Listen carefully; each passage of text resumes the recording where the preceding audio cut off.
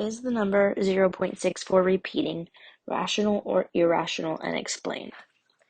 It is rational because decimals that repeat are rational.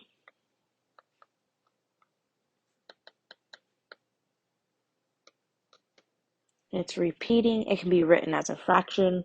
I believe it'd be 64 over 99. No.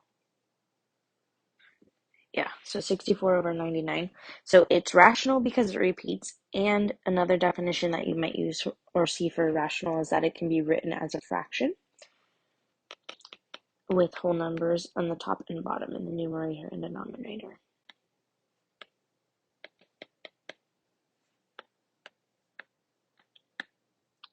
Irrational numbers cannot be written as a fraction with whole number, numerator, and denominator.